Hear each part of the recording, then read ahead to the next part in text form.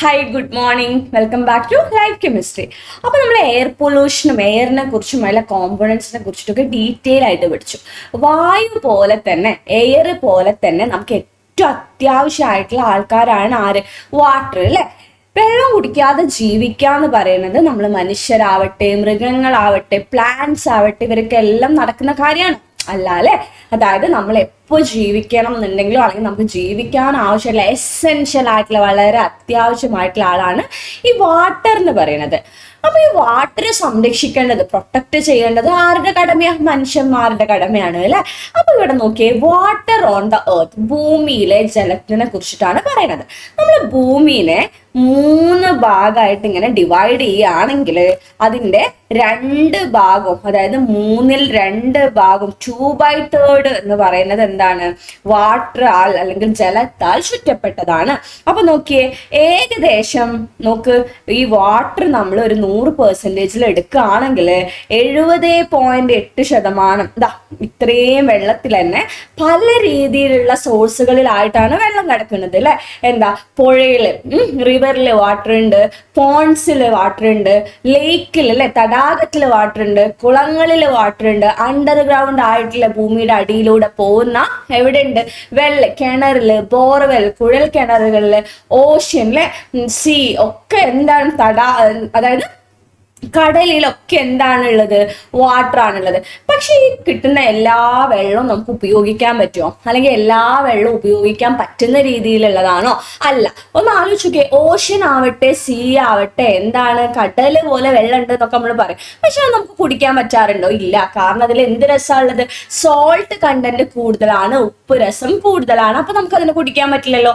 അപ്പൊ നോക്കിയേ, നമ്മള് ഭൂമിയില് 2/3 വാട്ടർ ആണെങ്കിലും അതിൽ ഉപയോഗിക്കാൻ പറ്റുന്ന വെള്ളം എന്ന് പറയുന്നത് വളരെ കുറച്ചളവിൽ മാത്രമേ ഉള്ളൂ. ഇനി ഉപയോഗിക്കാൻ പറ്റുന്ന ജലമാവട്ടെ, അല്ലെങ്കിൽ വെള്ളത്തിന്റെ സോഴ്സുകൾ ഏതൊക്കെയാണ്? സോഴ്സ് എന്ന് പറഞ്ഞാൽ എന്താ? അതിന്റെ ഉറവിടങ്ങൾ ഏതൊക്കെയാണ്? എവിടെ നിന്നൊക്കെ നമുക്ക് വെള്ളം കിട്ടുന്നത്? റെയിൻ, മഴയിൽ നിന്നുണ്ട്, റിവർ, പുഴകളിൽ നിന്നുണ്ട്, പോണ്ട്, കുളങ്ങളിൽ നിന്നുണ്ട്, ഓഷ്യൻ ഓർ സീലെ, കടലിൽ നിന്നുണ്ട്, ലേക്ക്, തടാകങ്ങളിൽ നിന്നുണ്ട്, ഹാൻഡ് പമ്പ്, എന്താ, കുഴൽ കിണർന്ന് വന്നിട്ട് ഇങ്ങനെ ഹാൻഡ് പമ്പ് ഉപയോഗിച്ചിട്ട് എടുക്കുന്നുണ്ട്, വെൽ, കിണറുകളിലുണ്ട്, ടാപ്പ്, പൈപ്പുകളിലുണ്ട് അല്ലെ?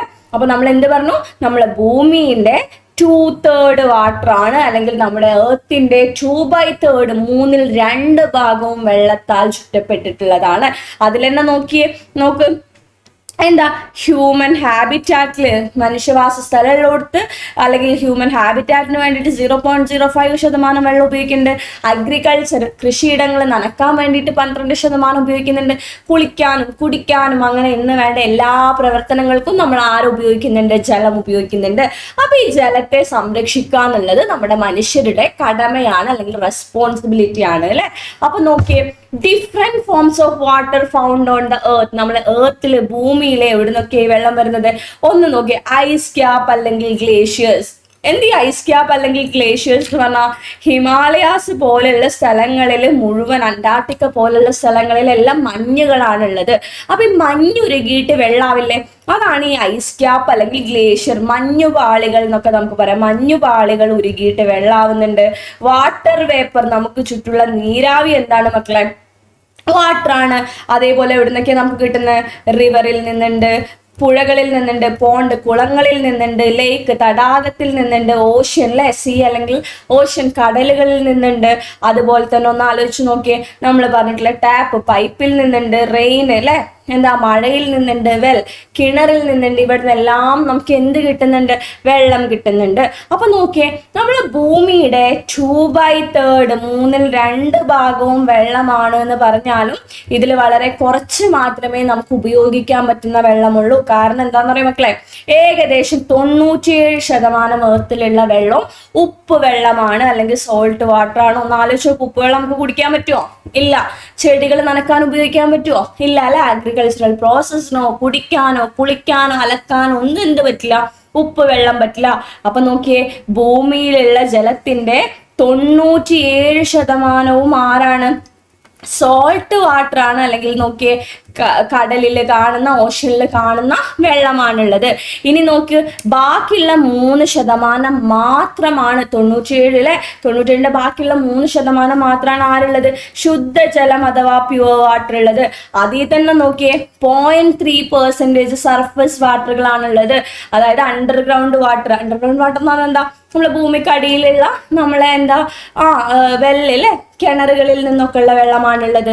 ഇനി നോക്കിയേ, ഐസ് ക്യാപ്പിൽ നിന്നുള്ള വെള്ളമാണ് ബാക്കിയുള്ളത് എന്ന് പറഞ്ഞാൽ, അതേപോലെ തന്നെ അതേഴ്സ് ബാക്കിയുള്ള ഉറവിടങ്ങളിൽ നിന്നുള്ള വെള്ളമാണ് 0.9% എന്ന് പറഞ്ഞാൽ.